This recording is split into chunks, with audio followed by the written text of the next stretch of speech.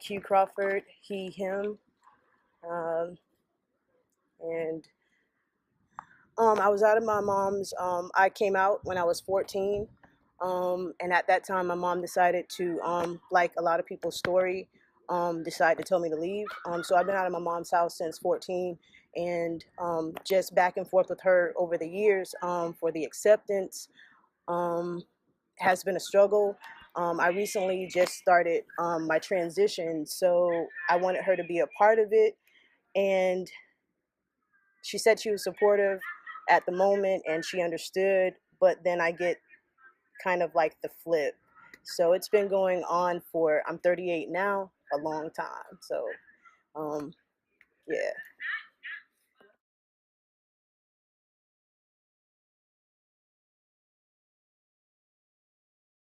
Well, I really think that the barriers for her was that she was a young mother, um, and that herself dealt with a lot of pain because she was a victim of rape, and I was a product of rape, and all of that itself came in play when her only child at the moment told her something that society sees as being demonic, because she was a person in the church. Was very tough for her, and she didn't have the understanding from her parents to understand how to raise a child. So over the years, I've had to have some understanding that she didn't have the knowledge um, to have to hold those spaces for me. Um, so I think that that for her it was just that she was a young mom and she was just not knowledgeable of, and she was in pain and she was in a dark place herself, maybe, you know. The first thing that I probably would have loved to hear was, I love you, just the way you are, and okay. I mean, I really can't, put words in her mouth, but just for her to understand that, I accept that, and that I love you for who you are. Um, I think that the pain, the hurt, um, just life itself, if I would have had my mom to support me to understand just a little bit of who I was, um, the search that I think that I have for love over the years and trying to find acceptance in different places would have probably been different. Our connection, as you know, her being my mom, I can show up for her and emotionally in a different way, um, without the resentment, without the pain, without the other extra drama. I can just really build a relationship with her.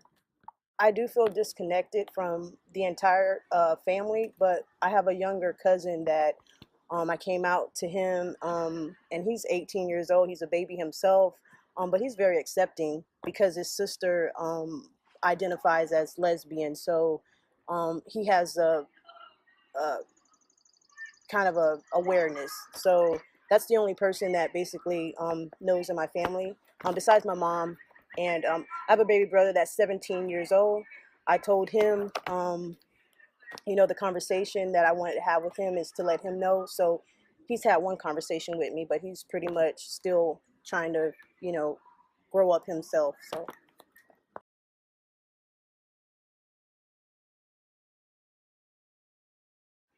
I tried to like relate of like what's going on in my brother's school and the awareness they are bringing in his school about transgender people.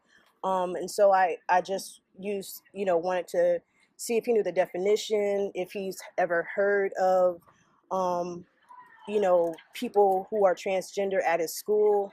So I started with how he really saw transgender people in his school, and then, I'm like not a cook. I'm not a, I don't sugarcoat anything.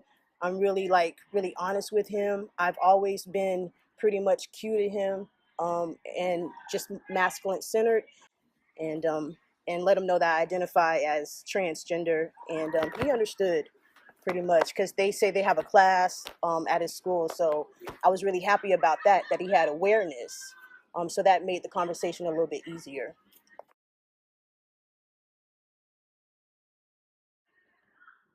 I think that the advice that I would give to Black mamas is,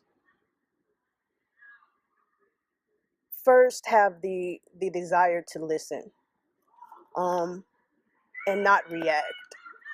Um, and I say that because um, my mom didn't listen, and she I didn't understand what was going on with her. Um, but to, even if you don't accept and even if you don't agree, to respect in that moment that another individual, another person, which is your child, is sharing with you a part of their life, regardless if you believe in it, accept it. Um, just to uh, let someone know that you are aware and that you are listening, and that that's first. And um, and to be open, to be open-minded, to not be scared, to think for themselves and not let society and what their upbringing have taught them, and to respectful that that's another human being, and their individuality is them. And yeah, so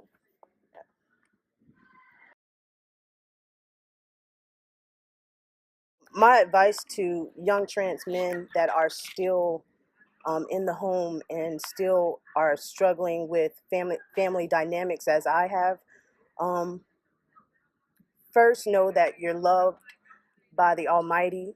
First, know that you have to be kind to yourself, um, and know that you're not alone, and that there's other people out here that, even if you don't see them, even if you're not in contact with them, that each day you're going to live if you want to live, and that helps out there even if you feel like you're alone. Um, yeah, you know, it's emotional for me because it's a struggle, and just know that the rainbow comes on the other side, and it's a brighter day, and that you're gonna get through it, and that you're not alone. Yeah. Sorry.